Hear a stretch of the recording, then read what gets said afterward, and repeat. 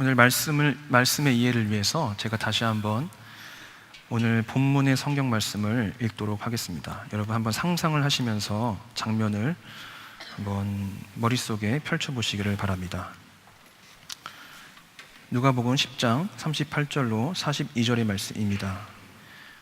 그들이 길 갈 때에 예수께서 한 마을에 들어가시매 마르다라 이름하는 한 여자가 자기 집으로 영접하더라.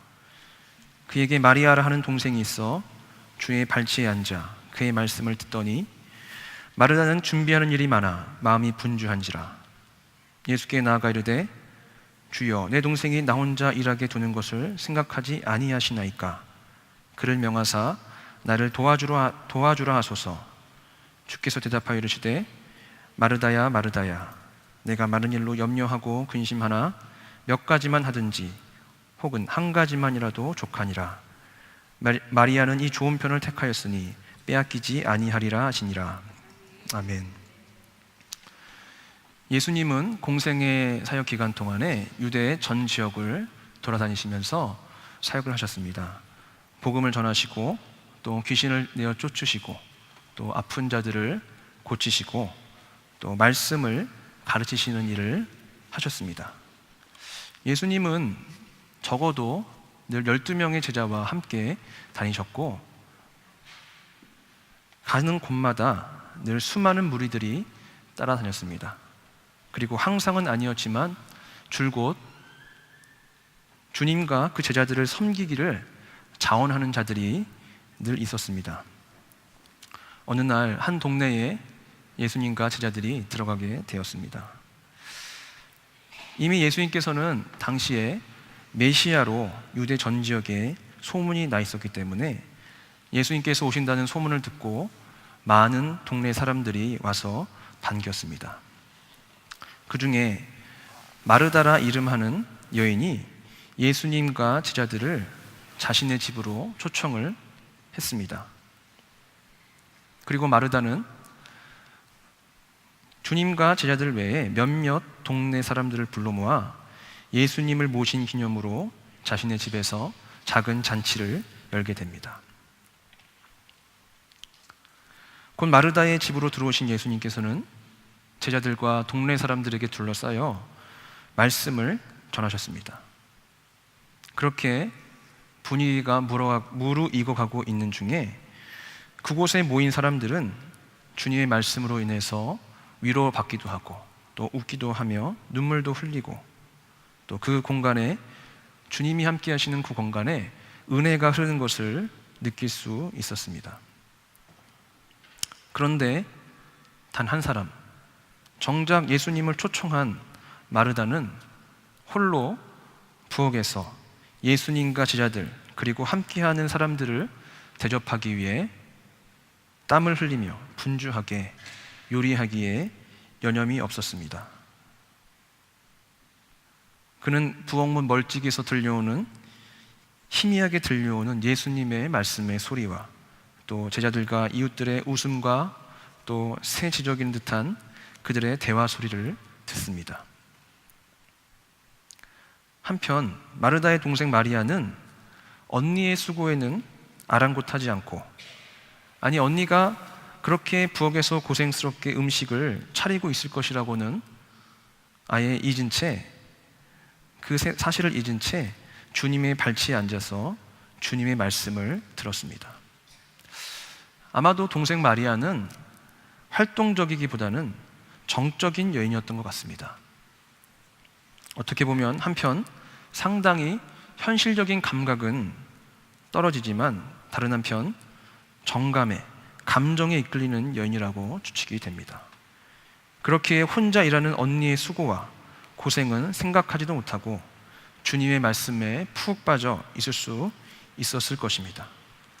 반면에 그런 그녀의 그 정감적인 기질은 그녀로 하여금 후에 십자가를 지시기 얼마 전 예수님의 발에 당시 노동자 1년 싹에 해당하는 300데나리온이나 하는 순전한 나드 한 근을 아낌없이 붓고 자신의 머리털로 주님의 발을 닦게 하였습니다.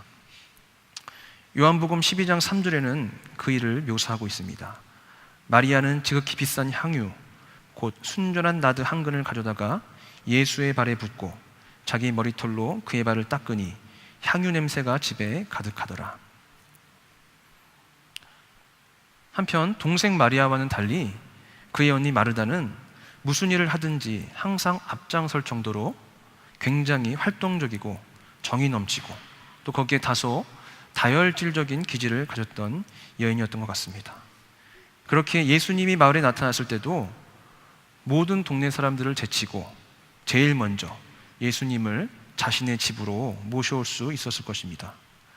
후에 마르다와 마리아의 오라비 나사로가 죽게 되었을 때 그 소식을 듣고 예수님께서 찾아오십니다. 그리고 예수님께서 오셨다라는 소식을 또한 들었을 때 마리아는 슬픔에 잠겨 움직일 기력조차 없었는데 언니 마르다는 단숨에 달려가 예수님을 영접합니다. 요한복음 11장 20절에 마르다는 예수께서 오신다는 말을 듣고 곧 나가 맞이하되 마리아는 집에 앉았더라. 그리고 후에 또 한 번 마르다의 집에서 잔치를 벌입니다.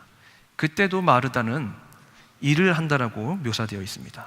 요한복음 12장 2절에 거기서 예수를 위하여 잔치할세 마르다는 일을 하고 나사로는 예수와 함께 앉은 자 중에 있더라.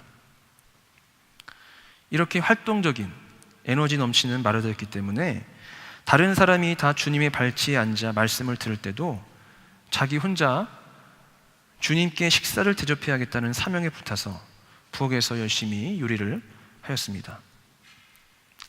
그런데 그렇게 원기왕성한 마르다였지만 홀로 그 많은 사람들을 위한 음식을 장만하기에는 역부족이었습니다. 그녀는 자신이 선택하고 자신이 계획한 일임에도 분주한 가운데 자기 예상대로 준비가 진행되지 않자 점차 자기가 희생되어 있다고 느끼기 시작했습니다. 거기서 원망의 마음과 또 분노의 감정이 솟아났습니다. 분노의 화살은 자신을 돕지 않고 예수님의 말씀만을 듣고 있는 동생 마리아에게 향했을 뿐만 아니라 자기를 돕도록 배려하지 않은 예수님에게까지 그 분노의 화살이 향했습니다. 그 분노와 원망이 급기야 마르다로 하여금 부엌에서 뛰쳐나가게 하였고 그녀는 여러 사람들에게 둘러싸여 말씀을 나누고 있는 예수님에게 따지기에 이르릅니다. 그녀는 퉁명스러운 목소리로 예수님께 말합니다. 누가복음 10장 40절에 주여 내 동생이 나 혼자 일하게 두는 것을 생각하지 아니하시나이까 그를 명하사 나를 도와주라 하소서. 본래 그녀는 기쁨으로 주님을 섬기고자 하였지만 도리어 결국 주님을 원망하기에 이르는 것입니다. 이 마르다에게 일어났던 이 일은 비단 그에게만 국한되는 것 같지 않습니다. 이 일은 얼마든지 우리에게도 일어날 수 있습니다. 우리의 섬김이 하나님을 기반으로 하지 않고 또 하나님을 목적으로 하지 않을 때 이런 일이 우리의 신앙생활에 그리고 우리의 삶에 나타날 수 있습니다. 보이지 않는 중에 보시는 하나님을 바라보지 못할 때, 분주한 중에 우리의 마음의 눈이 어두워져서 하나님을 바라보지 못할 때 우리는 사람들에게 인정받지 못함으로 인해서 자기 소외를 느끼게 됩니다. 이 자기 소외의 토양에서 원망과 분노가 싹트게 되고 이것이 치유되지 않으면 마음에 분노의 쓴뿌리가 박혀서 냉소적이게 되고 비난하게 되고 그것이 삶의 순간순간 자신과 자신 주변의 사람들의 삶을 더럽히기까지 합니다. 그렇기 때문에 우리는 남을 섬기고 교회를 섬길 때에 오히려 자신을 돌보는 일을 선행해야 합니다. 그리고 늘 자신의 마음을 살펴야 합니다. 찬송가 85장 9주를 생각만 해도 내 마음이 좋거든 주 얼굴 배울 때야 얼마나 좋으랴 라는 아름다운 찬송 가사를 쓴 클레르보의 버나드라는 중세의 신학자, 수도승이 있었습니다. 그는 말하기를 그리스도인이 이웃을 사랑하고 봉사하는 그 삶 속에 자기 돌봄이 중요한 것을 피력했습니다. 그는 말하기를 당신의 희생과 봉사가 온전해지기 위해서는 그 관심이 다른 사람에 향하는 만큼 당신 자신에게도 향해야 합니다 라고 말했습니다. 또 말하기를 만일 당신이 당신 자신을 잃는다면 모든 사람을 얻는 것이 무슨 유익이 있습니까? 라고 말했습니다. 그러면서 자기 돌봄을 위한 하나의 기준을 제시해 줍니다. 자신에게서 자신이 잊혀질 정도로 다른 사람에게 몰두해서는 안 된다라는 것입니다. 이러한 자기 돌봄은 곧 우리의 존재의 근본이 되는 하나님에게 닻을 내리는 데에 목적이 있습니다. 자기 돌봄을 통해 나의 삶이, 나의 마음이 주님 안에 거하게 되고 주님으로부터 생명을 얻을 수 있게 되는 것입니다. 예수님께서 말씀하십니다. 요한복음 15장 4절로 5절 말씀에 내 안에 거하라 나도 너희 안에 거하리라. 가지가 포도나무에 붙어있지 아니하면 스스로 열매를 맺을 수 없음같이 너희도 내 안에 있지 아니하면 그러하리라. 나는 포도나무요 너희는 가지라. 그가 내 안에 내가 그 안에 거하면 사람이 열매를 많이 맺나니 나를 떠나서는 너희가 아무것도 할 수 없음이라. 본래 예수님을 잘 섬기고 기쁘게 해드리고 싶었지만 자신의 통제를 넘어서는 그 상황 앞에서 자기 분을 못 이기고 결국 주님 앞에 가서 따지기에 이른 그 따지는 꼴이 된 마르다를 보신 주님께서는 타이르듯이 말씀하십니다. 누가복음 10장 41절로 42절에 주께서 대답하여 이르시되 마르다야 마르다야 내가 많은 일로 염려하고 근심하나 몇 가지만 하든지 혹은 한 가지만이라도 족하니라. 마리아는 이 좋은 편을 택하였으니 빼앗기지 아니하리라 하시니라. 주님께서는 마르다의 그 섬기고자 하는 그 마음, 그 선한 마음을 충분히 이해하시는 듯합니다. 하지만 영혼의 닻이 풀린 채 자신을 잃어버린 듯한 그의 모습을 측은히 여기시고 그를 깨우치십니다. 몇 가지만 하든지 혹 한 가지만이라도 족하니라. 여러분이 갖고 계신 성경을 보면 아마도 그 구절에 각주가 있을 것입니다. 각주에는 이렇게 되어 있습니다. 최근 본문 GNT 사판에는 한 가지만으로도 족하니라로 되어 있음, 이렇게 각주가 달려 있을 것인데요. GNT라는 것은 Greek New Testament를 뜻합니다. 즉 신학계에서 신약 성경의 표준으로 인정하는 헬라어 원어 성경 비평판을 뜻하는 것입니다. 그런데 최근 학자들의 연구에 따르면 이 구절은 한 가지만으로도 족하니라 라는 것이 원문에 더 가깝다라는 것입니다. 그런데 원문에 조금 더 가깝게 번역하자면 한 가지가 필요하다입니다. 주님은 섬김의 선한 동기를 잃어버리고 여러 가지 일로 마음과 생각이 분열된 채 원망에 사로잡힌 마르다를 향해 마르다야 내게 하나가 필요하구나 라고 말씀하시는 것입니다. 우리의 영혼과 몸은 하나로 존재합니다. 우리의 몸이 여기에도 있고 저기에도 있을 수 없는 것처럼 우리의 영혼도 엄밀하게 말해서 이것과 저것을 동시에 포착할 수가 없습니다. 이런 의미에서 한 가지가 필요하다라고 하는 것은 우리 영혼이 질서 잡혀있는 상태를 일컫는 것입니다. 자신을 바로 지키고 돌보고 있는 상태를 뜻하는 것입니다. 즉 주님은 여러 가지로 내면이 분열되어서 자신을 잃어버린 마르다를 향해 자신을 돌볼 것을 말씀하시는 것입니다. 여기에 더해서 예수님께서는 동생 마리아가 좋은 편을 택하였고 빼앗기지 않을 것이라고 말씀하셨습니다. 사실 이 구절은 명확하게 지칭이 되어 있지 않기 때문에 여러 해석을 나올 수 있는 말씀입니다. 사실 성경 주석 사상 실제로 그렇게 다양한 해석들이 있어 왔습니다. 일반적인 해석에 따르면 예수님께서 말씀하신 이 좋은 편이라는 말씀은 마르다로 상징되어지는 활동과 봉사의 직무, 그리고 마리아로 상징되어지는 내면적인 예배의 직무 가운데서 예배의 우선성을 알려주는 것으로 해석되어 왔습니다. 하지만 그렇게 해석을 하게 되면 예배와 봉사가 교회 내에서 양립 가능한 가치가 되는 것이 아니라 서로 충돌 가능한, 그리고 하나는 우월하고 하나는 하등한 관계가 성립할 수 있게 됩니다. 우리는 예수님께서 말씀하신 이 좋은 편이 무엇인가를 바르게 이해하기 위해서 누가복음 10장의 이 사건 바로 이전에 어떠한 기록이 되어 있는지 살펴볼 필요가 있습니다. 누가복음 10장 이 마르다 마리아 일 바로 이전에 위치한 사건이 무엇입니까? 그것은 우리가 소위 알고 있는 선한 사마리아인의 비유입니다. 강도를 만나서 옷이 벗겨지고 거의 죽을 지경에 놓여 있는 어떤 사람이 있습니다. 처음에는 제사장이 그 강도 만난 자를 보고 지나쳐 갑니다.